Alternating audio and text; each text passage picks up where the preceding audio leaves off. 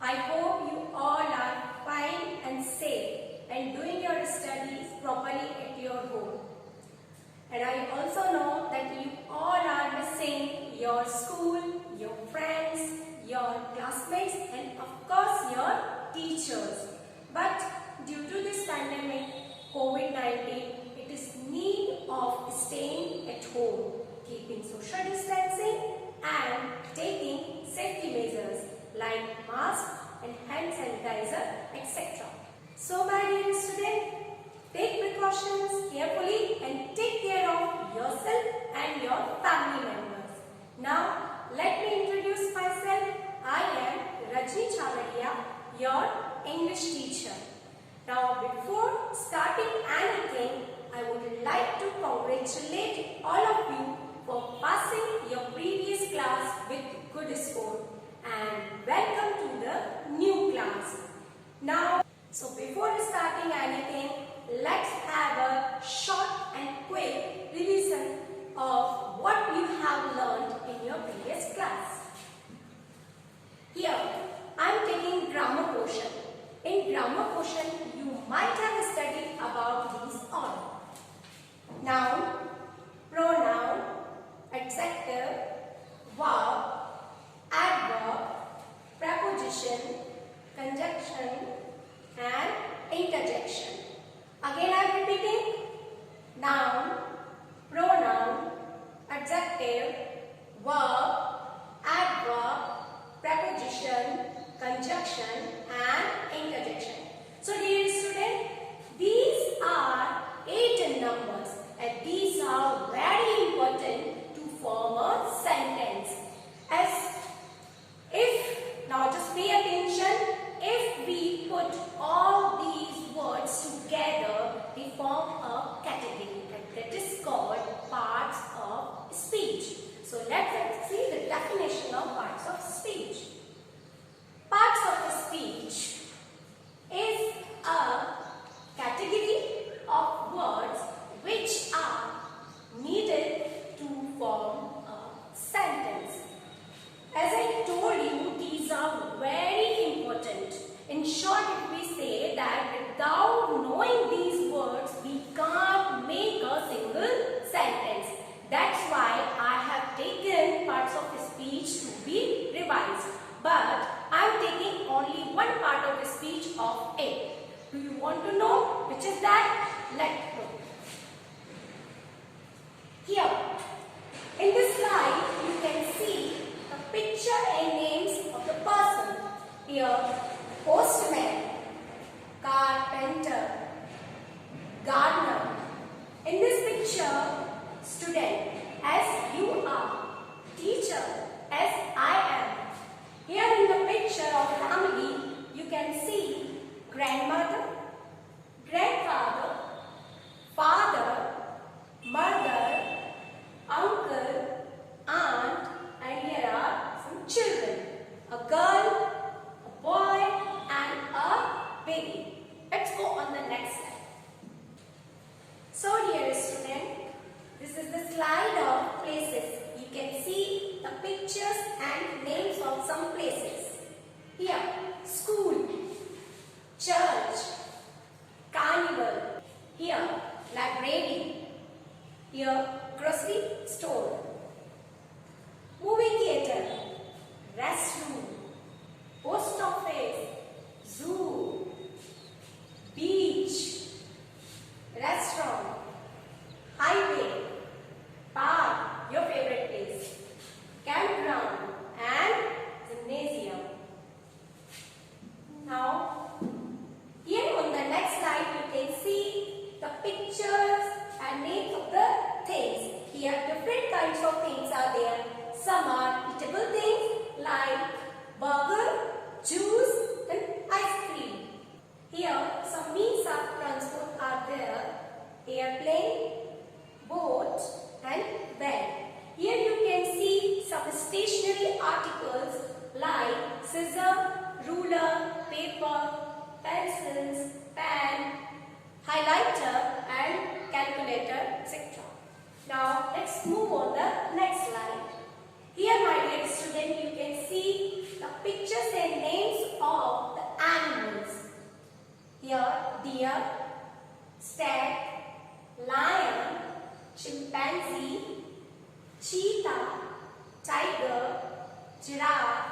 rhinoceros, kangaroo, panda, air, and zebra. So dear student, you have seen the pictures and names of person, places, things and animals. These all names are noun. Okay, these all names are noun. So how can we define a noun? Let's see on the next slide. Here, noun is the name of a person, a place, a thing and an animal. So in short we can say that whatever we see around us and whatever we find around us, all the things are having their names. These names are called noun when we study English grammar. So dear student, all the things are noun around us. Here, so we can say that all the naming words are nouns. Again I am repeating, all the naming words are nouns. Now I hope you all have understood the noun and you will be able to find out the noun. So let's see in the next exercise. So here is the exercise where you have to underline the nouns given in the sentences. Here the first sentence is, my mother is a teacher. Dear student, you can see here two words are underlined, that is mother and teacher. These are persons, these are nouns. In the second sentence, we play in the park. Here, park is underlined and it is a place, it is noun also. In the third sentence, give me a pencil and a book. This pencil and the book, both are things, these are nouns. In the fourth sentence, I have 3 cats.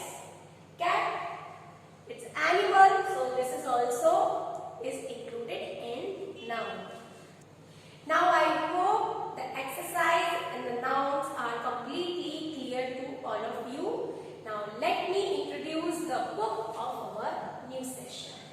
Here you can see the 3 books are there. This is Reader Book of New Gulmohar publication.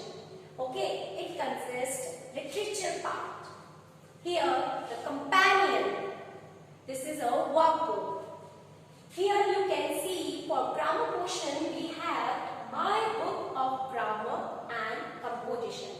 So dear student, today we are going to start the chapter 1 of Reader Book. That is Visitors at Duliakan. So my dear student, do you know the meaning of visitors? Let me tell you. Visitor is a person who visits someone to meet or who visits somewhere to see the place. If you go somewhere to see the place or to meet someone, then you are the visitor. And if somebody comes at your home to see the place or to meet you, then he or she is the visitor. Now, visitors at Duliakan. This is the place which is full of greenery and beautiful sights. Sometimes this place gets heavy rainfall due to the weather of this place becomes very bad. So dear student, this is the story of 2 visitors who visit the Duliakan for the first time. And along with that, this is the story of a small, lovely and hopeful girl, and her name is Tinku. So just get to know more about visitors and Tinku. Let's go through the chapter. So dear student, I request you to keep your book open and keep a also to underline the new words. Here, let's start reading Visitors at Dulia Khan. This is a small story which is adopted from a fiction that is Tinku at Dulia Khan, and it is written by an Indian writer that is Swapna Datta. Swapna Datta, she is a children writer who has published many stories in newspapers and magazines for over 40 years. She has also written many books for young readers as you are and has received several awards for her contribution in children's literature. So now we are just going to start the reading of the first paragraph. Tinku was greatly excited. Excited means too much happy. Two of her aunts, Monimashi and Nutupishi, were coming to Dulia Khan for a visit. Both were teachers. Monimashi taught in a school in Calcutta and Nutupishi somewhere in the suburbs. They had not been to the hills before. Now, dear student, here Tinku is very excited, and the reason of her excitement is that her two aunts, Monimashi and Nutupishi, are coming at her home, and this is the first visit for them at Dulia Khan. Now, I just want your attention here that here the two words Mashi and Pishi are used. Please underline these words. These words are used in Bangla language. Mashi is used for mother sister and Pishi is used for father sister. Here, let me clear to all of you that different words are used in the different languages for the different relations, as Mashi and Pishi are used for mother sister and father sister in Bangla language. In the same way, Masi and Bua are used in the Hindi language. But in English, for both, for mother sister and for father sister, only one word is used, and that is aunt.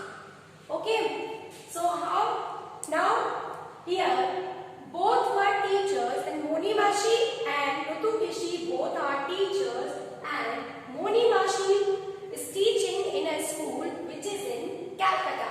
Now, let me tell you that Calcutta is the old name of Kolkata. Kolkata, you know, Kolkata is the capital city of West Bengal.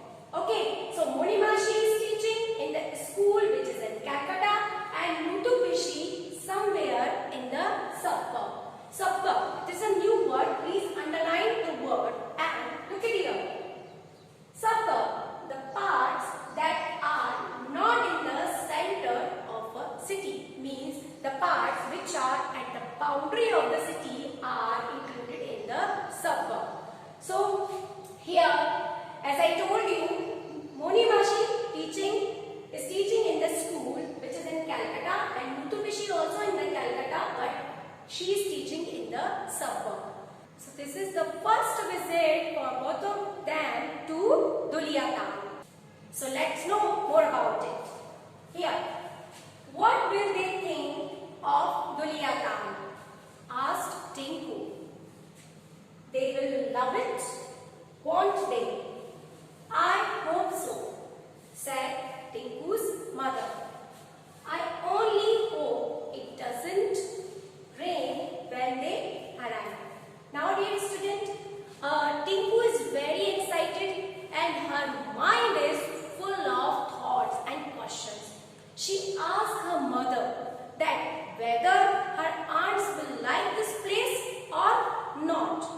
Then her mother replies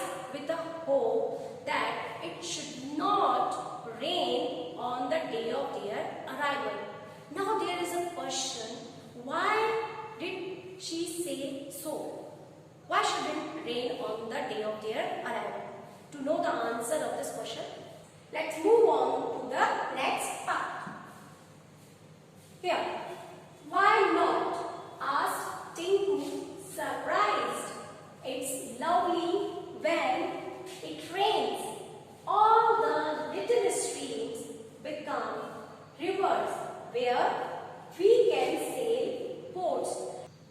As we were surprised with mother's answer, in the same way, Tinku was surprised. Then why mother is saying so? Because according to Tinku, when it rains in Duliatal, Duliatal becomes more lovely as all the little streams become river where she can get the chance to sail the boats. Now dear student, have you seen the stream? Let me show you. Here, stream. A stream is a small body of running water. You can see in the picture the water is running very fast. Now in the other season, the stream is very small, but when it rains heavily, it becomes very big or wide as due to the rain water. So Tinku is very happy when it rains because she can get the chance to sail the boats in this stream which becomes river. Okay, here Tinku's mother laughed. You used to hate the rains too, Tinku? She said. Oh, that was very long ago, said Tinku. I am used to Duliatal now and it is a lovely place. Here, when Tinku's mother listened to Tinku's thought, she started laughing and she reminded her that she also used to hate the rains.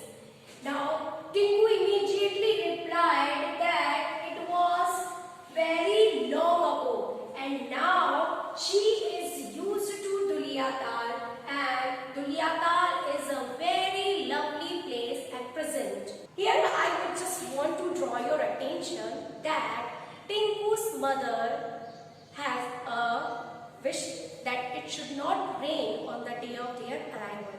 On the other hand, Tinku is thinking that it should rain on the day of their arrival. Now, they both have the completely opposite wishes. Now, can you tell me whose wish will come true? Let's know about this. As it happened, there was a heavy downpour on the morning of their arrival. Here, of course, Tinku's wish comes true and it is a heavy rainfall at the Duliatal since morning. Okay, here a new word is used, that is downpour. Downpour is a sudden and often heavy rainfall. You can see in the picture how heavy rainfall is going on. Okay, now next paragraph is, it's time to go to the bus stand, said Tinku's father, peering at the wall clock. Where are the raincoats and the umbrellas? Let's take a couple of extra shawls as well. It's kind of shivering. Here, as I told you, on the day of their arrival, it is raining heavily and continuously since morning. When the time has come to receive both of our aunts from the bus stand, Tinku's father just looks at the wall clock. Okay, closely, because it is very dark and he was not able to see the time clearly.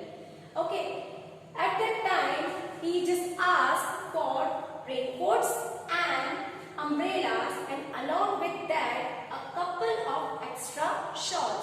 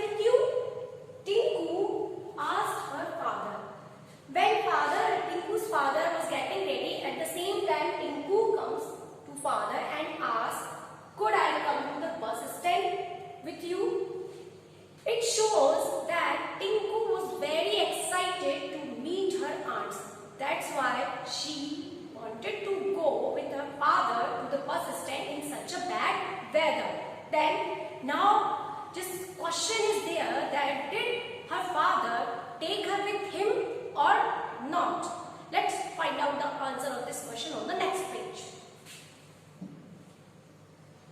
Yes, but wear your raincoat and don't forget your gumboots, he said. Rain continued to pour down. When the half-filled bus from Kathgodam arrived at the bus stand, here father agreed to take her to the bus stand, and he also instructed her to wear the raincoat and gumboots. Here there is a new word, gumboot. Gumboots. Gumboots are the long rubber boots which are used to keep the feet from getting wet. These are used in the rainy season. You can see the gumboots in the picture. Here also, dear student, in this picture, where at the bus stand, Tinku, her father and one more person, maybe a servant, are standing. Here you can see Tinku is wearing gumboots. So, Tinku's father instructed her to wear the raincoats and gumboots as it is raining heavily and continuously since morning. Now, when they were standing at the bus stand, at the same time a half-filled bus which was coming from the Kathgodam arrived at the bus stand. Here the Kathgodam. Kathgodam. What is the Kathgodam? Kathgodam is a place in Uttarakhand. Okay, this is like the place of Dhulia Tal. It is also very beautiful place. So now what happened next? Just let to know in the new paragraph. Tinku jumped up and down eagerly. She was very fond of both her aunts. Monimashi told her the most enchanting stories when she visited her in Calcutta. And Ritupishi was great fun to be with and quite a good photographer. But they did not seem to be among the passengers. Here, dear student, there are two new words that are eagerly and enchanting. Eagerly means excitedly and enchanting means attractive and pleasing. So, when Tinku was standing at the bus stand, she started jumping up and down in her excitement as she was waiting for her aunts eagerly.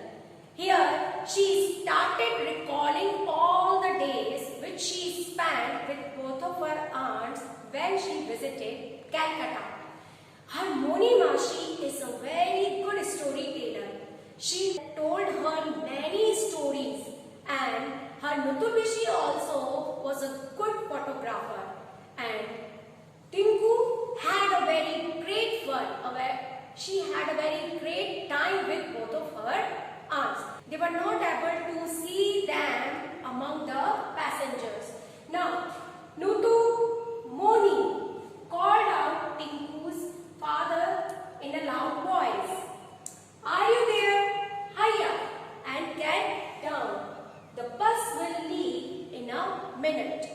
Now here, when they both were not seen and the bus among the passengers, then Tinku's father just called their name in a loud voice and informed them that to come down, to get down from the bus, as the bus will not stay for a long time and it's going to leave the place in a minute. As the Dhulia Tal is a very small place, so bus doesn't stay here for so long time.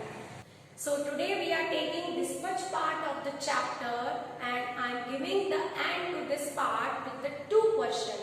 And the questions are, question number 1 is, have Tinku's aunt arrived at Dhulia Tal? And the second question is, what was their reaction on seeing the bad weather of Dhulia Tal? So the answer of these questions we will find in the next part, in the next class. Here, with this we come to the end of this part, and I hope you like the story and you enjoyed a lot. Now there is a small homework for all of you. Here, your homework is to read the chapter and underline all the nouns which are given in the chapter. So dear student, rest part will be taken in the next class. Till then,